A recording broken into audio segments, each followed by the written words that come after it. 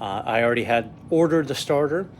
So I did some of the, took off the air intake manifold pieces. I unplugged some of the wiring harnesses, and I just removed the throttle body, which is pretty straightforward as well. As you can see, 4 bolts holds it in. It had 1 wiring harness.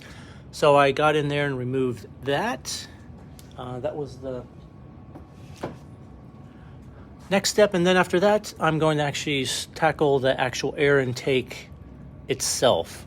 Several bolts hold it on the top. Of course, I removed the air filter pieces, some of the basics around it. So that's the next step. And the starter is literally underneath all of this. So that's what I'm trying to get to. I wasn't able to video the actual taking out of the intake manifold. It was pretty hard. There's a couple things to note though. This is the wiring harness that connects to the bottom of the intake. You need to pry that off. It's pretty difficult. Disconnect a number of connectors. There's the starter. One other thing is that there's part of the PCV valve. There's 2 hoses. One of them connects to the transmission up to the underneath of the intake manifold. And then the other one is on the far back here along the firewall, connects to the valve cover into the backside of the intake manifold.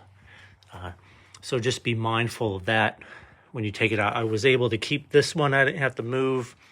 I took out the entire air box. I was able to leave the brake fluid. And then on the intake manifold, I'm going to go ahead and replace all these connectors and tubing. This is the actual PCV valve itself. And as you can see, if I lift it up, this is the back side. And that's one of the connectors. And then they both wire into the back side of the PCV valve as well. See if I can get a better picture of this back side here. So all those 2 vent pipes at the back both connect into the back side here. And then you can see underneath, this is where the throttle body goes, and that port goes on the back side there. So there's quite a lot going on with this intake manifold. One other note, I just took it out, but the bolt, one of the bolts on the starter,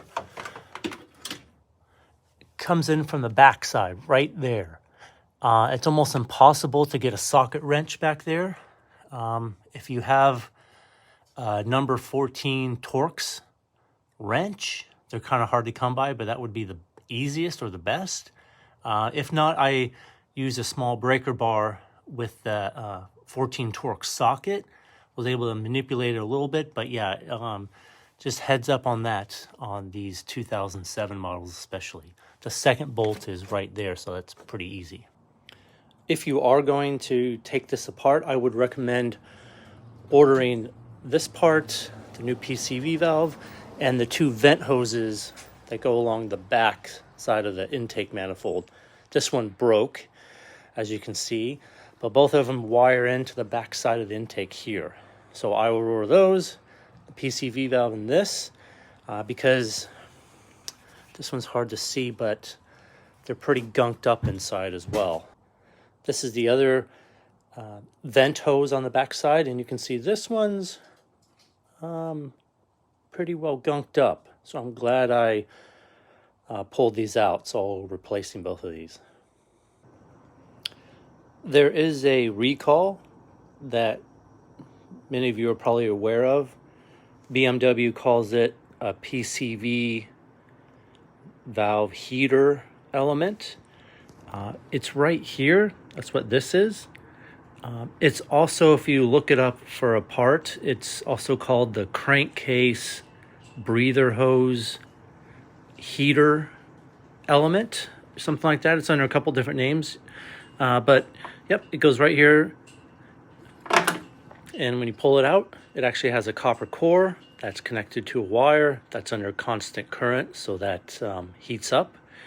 So yes, so that's the part of what that recall is. I put the new starter in. Starters are pretty straightforward to replace once you get through everything else. Reconnected the power to it, the switch. The bolt on the back side, like I said, was pretty difficult, but I got that tightened as well as the one on the front. Time to put the intake back in the car.